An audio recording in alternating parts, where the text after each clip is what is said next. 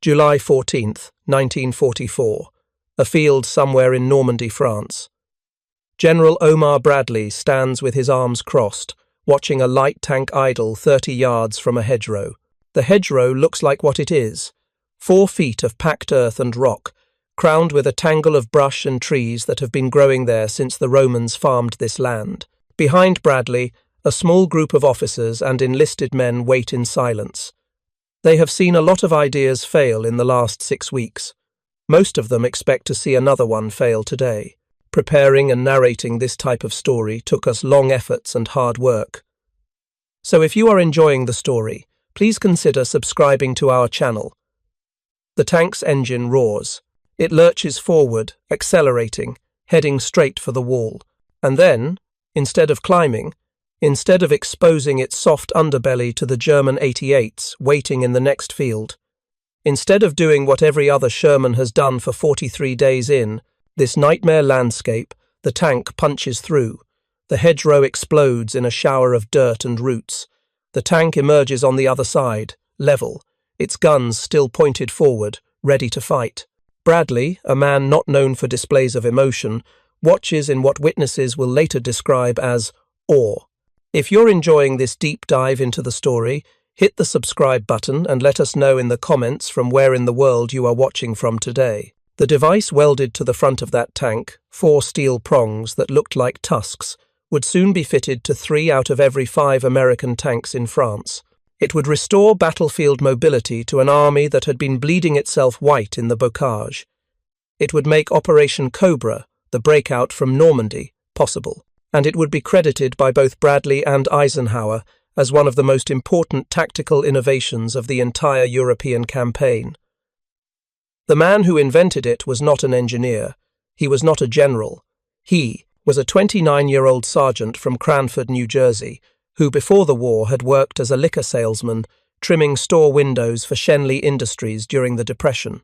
His name was Curtis Culin III, and if you have never heard of him, there is a reason for that. But we are getting ahead of ourselves.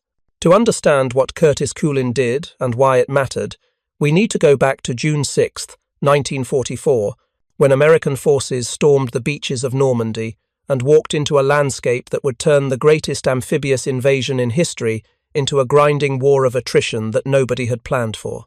June 6th, 1944, Omaha Beach. By nightfall, the Allies have established a toehold in Nazi-occupied Europe. The beaches are secure. Casualties are horrific, but the lodgment is holding. Eisenhower's gamble has paid off. Now comes the hard part, pushing inland. The plan, such as it was, assumed that once the beaches were taken, Allied armour would break out into the French countryside, exploit their overwhelming superiority in tanks and mobility, and race toward Germany. The planners had studied maps. They had examined aerial photographs. They had built models. What they had not done, because it was impossible to do from England, was walk the ground. If they had, they would have understood that Normandy in the summer of 1944 was not tank country. The French call it bocage. The word means hedgerow, but that does not begin to capture what American soldiers encountered when they moved south from the beaches. Imagine a landscape that has been farmed in tiny parcels for 2,000 years. Every field, some no more than 300 feet on a side, surrounded by an earthen berm 4 to 15 feet high. The berms are not neat garden walls. They are dense accumulations of earth and stone, built up over centuries as farmers cleared their fields and piled the rocks at the edges. On top of berms grow hedges. Not ornamental shrubs, but tangled masses of blackthorn, hazel, oak, and brambles, some with root systems that go down 12 feet into the earth. Between the fields run sunken lanes, roads that have been worn into the earth over centuries of use, creating corridors barely wide enough for a single vehicle, walled in by vegetation so thick you cannot see 5 feet in any direction. For the Germans, who had spent 4 years preparing defences, the bocage was a gift from God. They dug foxholes directly into the hedgerows. Machine gunners and riflemen burrowed into the earth, protected from artillery by tons of dirt and roots above them. Every field became a fortress. Every hedgerow a defensive position, every sunken lane a kill zone. The Germans could see the Americans coming. The Americans could not see the Germans at all. For American infantry, advancing through the bocage meant attacking from field to field, often with no idea where the enemy was until they opened fire. Coordination was nearly impossible. Artillery support was difficult to direct. Air support, when weather permitted, could not distinguish friend from foe in the maze of fields and hedges. Men would fight for an entire day to advance 300 yards, taking the next field, only to find another field beyond it, and another beyond that, each one defended, each one paid for in blood. But the real problem, the crisis that threatened to stall the entire Normandy campaign, was what happened to the tanks. The Sherman tank weighed 32 tons. It had a 75mm gun, thick frontal armour, and a crew of 5. It was, on open ground, a formidable weapon. In the bocage, it was a death trap. When a Sherman tried to push through a hedgerow, one of two things happened. Either it got stuck, engine screaming, treads spinning, becoming a stationary target for every German anti-tank weapon in range, or it climbed. The Sherman would hit the berm at speed, its nose would rise, and the tank would crest the hedgerow like a whale breaching. For a few seconds, sometimes as long as 10 seconds, the entire underside of the tank would be exposed. The belly armour on a Sherman was 1 inch thick. A German 88mm anti-tank gun could punch through 1 inch of armour from 1,000 yards away. A Panzerfaust, a shoulder-fired anti-tank rocket, could do it from 50 yards. The crew inside the tank would see the sky through their periscopes, realise they were going over, and in that moment know they were dead. The round would come through the floor, ignite the ammunition, and the tank would burn. If it did not burn, if by some miracle the Germans missed or were not watching that particular hedgerow at that particular moment, the tank would crash down on the other side, nose first, its main gun pointed at the sky, its entire crew shaken, disoriented, trying to get the gun back down and traverse the turret before the Germans killed them. It was not a way to fight a war, but for 6 weeks it was the only way the Americans had. By mid-July, the casualty figures were staggering. American forces had suffered over 40,000 casualties since D-Day. Tank losses were catastrophic. Some units were reporting 50% losses in armour. The offensive towards Saint-Lô, the regional capital and the key to breaking out of the bocage, had taken nearly 6 weeks and cost the lives of thousands of men for an advance of less than 20 miles. At that rate, the war in Europe would last another 5 years. Something had to change. Eisenhower and Bradley knew the problem. Every commander, from division level down to company commanders, knew the problem. The hedgerows were killing them. Tanks were supposed to provide mobile firepower and shock action. In the bocage, they were slow-moving targets. Engineers tried using explosives to blow gaps in the hedgerows. It worked, technically. A well-placed charge of TNT or Composition C could blast a hole big, enough for a tank to pass through. But it took time to set the charges. The explosions were loud, visible for miles, and drew immediate German fire. Every gap blown was a gap the Germans knew about and covered with machine guns and anti-tank weapons. Bulldozers worked better, but only slightly. A tank fitted with a bulldozer blade could push through a hedgerow, slowly, grinding through earth and roots. But the bulldozers were conspicuous. German gunners learned to target them first, knowing that if they killed the dozer tanks, they could seal off entire sections of the battlefield. And even when the dozers got through, they were slow. Operation Cobra, the planned breakout offensive, required speed. It required tanks to move fast, punch holes in the German lines, and exploit the gaps before the Germans could react. Bulldozers grinding through hedgerows at walking pace would not cut it. Throughout June and early July, American units across Normandy tried everything. The 79th Infantry Division developed a hedge cutter by early July. The 19th Corps demonstrated a set of prongs designed to lift sections of the hedgerow out of the way. The 5th Corps invented devices they called brush cutters and green dozers. None of them worked well enough. None of them were simple enough to mass produce.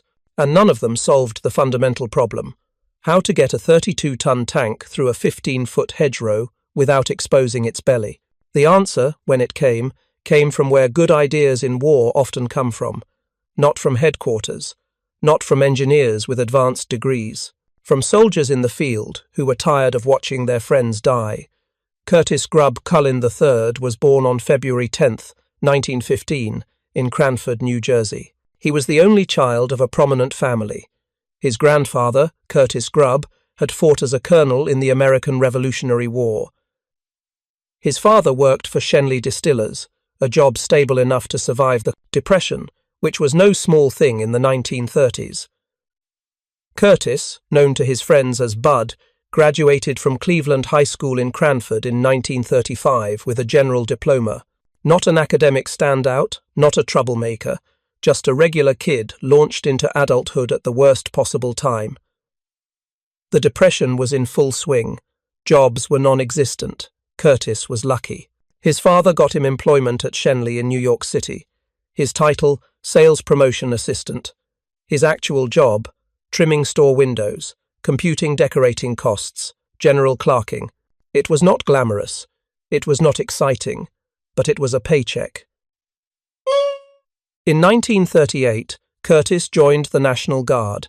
The unit was the Essex Troop, officially the 102nd Cavalry Reconnaissance Squadron, a mounted cavalry unit from New Jersey with a long and storied history. The Essex Troop trained on horseback. They held riding exhibitions. They considered themselves elite. For Curtis, it was a way to serve, a way to be part of something larger than window trimming and clerking. When the war came, the Essex Troop traded their horses for tanks and armoured cars. They became part of the 2nd Armoured Division. By D-Day, Curtis Culin was 29 years old, ancient by the standards of the men around him. Most of the enlisted men in Normandy were 19, 20, 21. Culin had lived through the Depression. He had worked real jobs. He knew how to improvise, how to make do with what you had, how to fix things when they broke because buying new ones was not an option. Those skills, learned trimming windows in New York and surviving the worst economic collapse in American history, were about to become very important. July 19th or 20th, 1944, somewhere in the bocage, a group of tankers sit in the shade of their Sherman, talking. They have been in Normandy for 6 weeks. They have lost friends. They have lost tanks. They are tired, frustrated, and sick of the hedgerows. The conversation turns, as it often does, to the problem. How do you get a tank through a hedgerow without dying? Somebody suggests backing up and ramming it at full speed. Tried it. Doesn't work.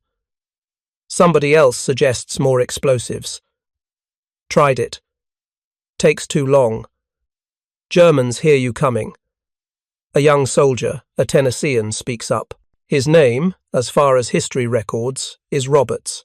A Tennessee hillbilly, Max Hastings will later call him. Roberts says, "Why don't we get some saw teeth and put them on the front of the tank and cut through these hedges?" The other soldiers laugh. It is a stupid idea. It sounds like something you would see in a cartoon. Tanks with teeth, ridiculous. But Curtis Culin does not laugh. Curtis Culin, sitting there in the dirt with his back against a Sherman's tracks, thinks about it. Saw teeth, cut through the hedge. He thinks about the German beach obstacles scattered across Normandy, the Czech hedgehogs, steel I-beams welded together in X shapes designed to stop landing craft, now lying twisted and abandoned all over the French countryside. Steel, plenty of it, free for the taking. He thinks about the angle, the force, the way a sharp edge, driven hard enough, will cut through almost anything. He grabs a pencil. He starts sketching. The others watch him. Culin is the old man of the unit, 29. He has been around. If Culin is taking this seriously, maybe it is not so stupid after all.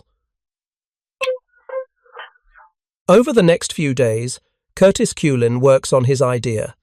He scrounges steel from a destroyed German roadblock. He cuts it to length with a cutting torch. He angles the ends, sharpening them into prongs. He welds the whole assembly to the front of a Sherman, a crossbar with 4 tusk-like prongs sticking forward, each one angled slightly downward. The design is absurdly simple. There are no moving parts, no hydraulics, no complicated mechanisms, just steel welded to steel. The prongs will hit the base of the hedgerow, bore into the earth, and hold the front of the tank down while the engine drives forward, pushing through instead of climbing over. In theory, on July 14th, Curtis Culin demonstrates his device for officers from his division. The tank accelerates toward a hedgerow. The prongs bite into the earth. The tank plows through, erupting from the other side in a cloud of dirt and torn roots, level, its gun still forward, ready to fight. Word spreads fast. Within hours, Culin is demonstrating the device for higher-ranking officers. Within a day, General Omar Bradley himself arrives to see it. Bradley, commander of the First Army, the man responsible for the entire American ground campaign in France, stands in a field and watches a hedgerow explode to make way for a Sherman bursting through. He orders every ordnance unit in the army to begin round-the-clock production immediately. By July 25th, the planned start date for Operation Cobra, 3 out of every 5 American tanks in France will be fitted with what everyone is now calling the Rhino, the Culin Rhino, the Culin hedgerow cutter. For his invention, Curtis Culin will be awarded the Legion of Merit. Eisenhower will mention him in speeches. Bradley will write about him in his memoirs. The Rhino will be credited with restoring battlefield mobility to the American Army and making the breakout from Normandy possible. But there is more to this story than a clever invention and a field modification. There is what happened next, and what happened to the man who invented it, and what happened to Roberts, the Tennessee hillbilly whose idea started it all. If you find this story engaging, please take a moment to subscribe and enable notifications. It helps us continue producing in-depth content like this. July 25th, 1944. Operation Cobra begins. Over 2,000 American bombers carpet bomb a 5-mile section of the German lines south of Saint-Lô. The earth shakes. The sky turns black with smoke. When the bombers leave, American infantry and armor surge forward. For the first time since D-Day, the advance does not bog down. Tanks fitted with Cullin's device smash through hedgerows at speed. They do not stop. They do not wait for engineers to blow gaps. They hit the wall and keep going. German defenders, expecting the Americans to bunch up at the gaps in the hedgerows, at the sunken lanes, at the obvious routes of advance, suddenly find American tanks coming through walls they thought were impassable. Defensive positions are flanked. Kill zones are bypassed. The entire German defensive scheme, built around controlling the routes through the bocage, collapses. Within days, American armor breaks out into open country. The race across France begins. Preparing and narrating this type of story took us long efforts and hard work. So if you are enjoying the story, please consider subscribing to our channel. Military historians will argue for decades about how effective the Rhino actually was. Some, like Stephen Zaloga, will claim the devices were not as widely used as legend suggests, nor as effective. Others, like Max Hastings and Chester Wilmot, will credit the Rhino with making the breakout possible. The truth, as it often is, lies somewhere in between. The Rhino was not a wonder weapon. It did not win the war by itself. But it did give American tank commanders an option they had not had before. It gave them a way to move through the bocage without predictable routes, without exposing their bellies, without waiting for engineers. And in war, options matter. The ability to surprise the enemy matters. The capacity to attack from an unexpected direction can be worth more than another 100 tanks. Curtis Culin's device, 4 prongs of scrap steel welded to the front of a tank, gave American commanders that capacity. But Curtis Culin, the man, did not get to enjoy his fame for long. 4 months after his invention revolutionized tank warfare in France, Curtis Culin was fighting in the Hürtgen forest, a nightmare stretch of German woodland along the Belgian border that would claim 33,000 American casualties in one of the most brutal and pointless battles of the entire war. In November 1944, Curtis Culin stepped on a landmine. He survived, but he lost his left leg. He was evacuated to England, then to the United States. The war, for Curtis Culin, was over. He returned to Cranford, New Jersey. In 1945, he married Bernice Enright. They moved to New York City, where Curtis went back to work for Schenley Industries, the same company his father had worked for, the same company that had given him his first job during the Depression. He was a liquor salesman now, a good one, apparently. He lived quietly. He did not talk much about the war. Curtis Culin, honest man that he was, tried to give credit to Roberts, the Tennessee soldier whose offhand comment had sparked the idea. But by then, the publicity machine had already turned Curtis Culin into a hero. Newspapers wanted a name, generals wanted a face.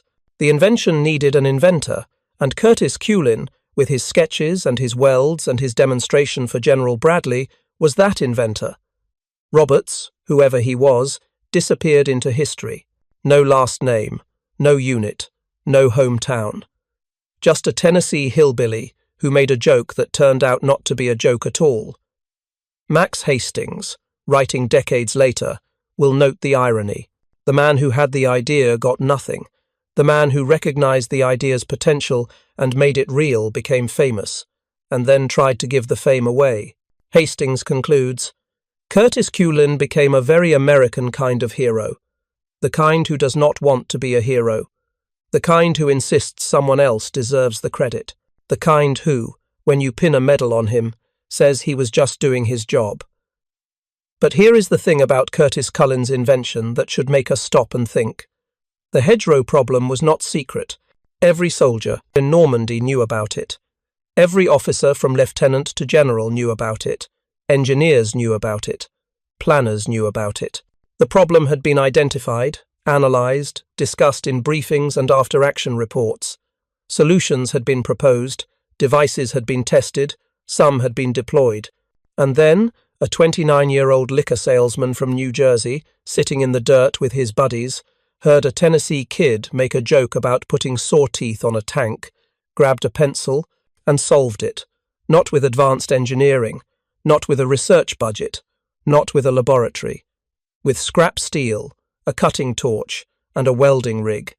The solution was so simple that, as Bradley wrote, it had baffled an army for more than 5 weeks. Why? Why did it take so long? Why did the solution come from a sergeant and not from the Corps of Engineers? Why did it take a Depression-era window trimmer to see what trained engineers missed? The answer is uncomfortable. Sometimes, the people closest to the problem are the ones least able to solve it. Engineers were thinking about engineering solutions, complex devices, hydraulics, mechanisms. They were thinking like engineers. Curtis Culin was thinking like a guy who needed to not die. He did not care if the solution was elegant. He did not care if it looked good in a technical manual.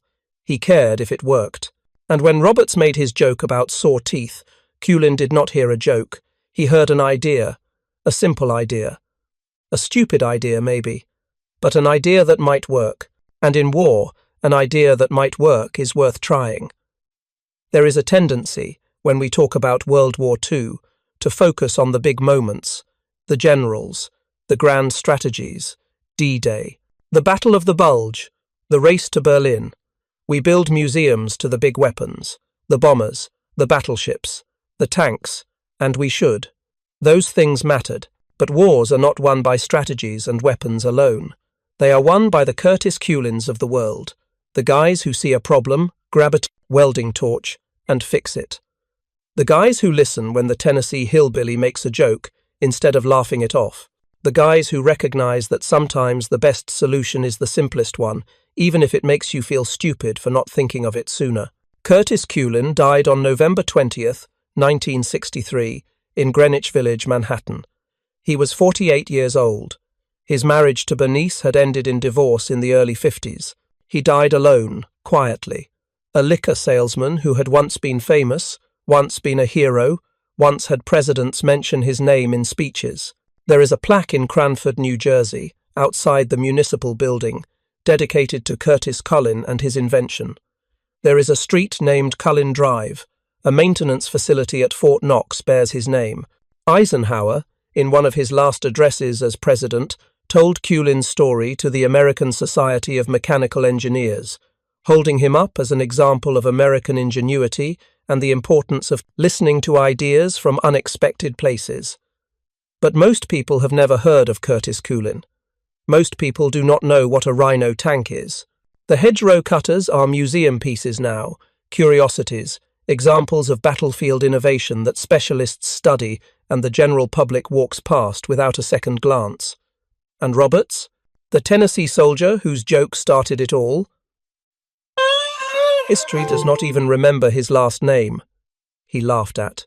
He made a suggestion, and then he vanished into the war, one more name among 16 million Americans who served, most of whom came home and went back to their lives and never talked about it much. The story of Curtis Culin and the Rhino tank is not really about technology.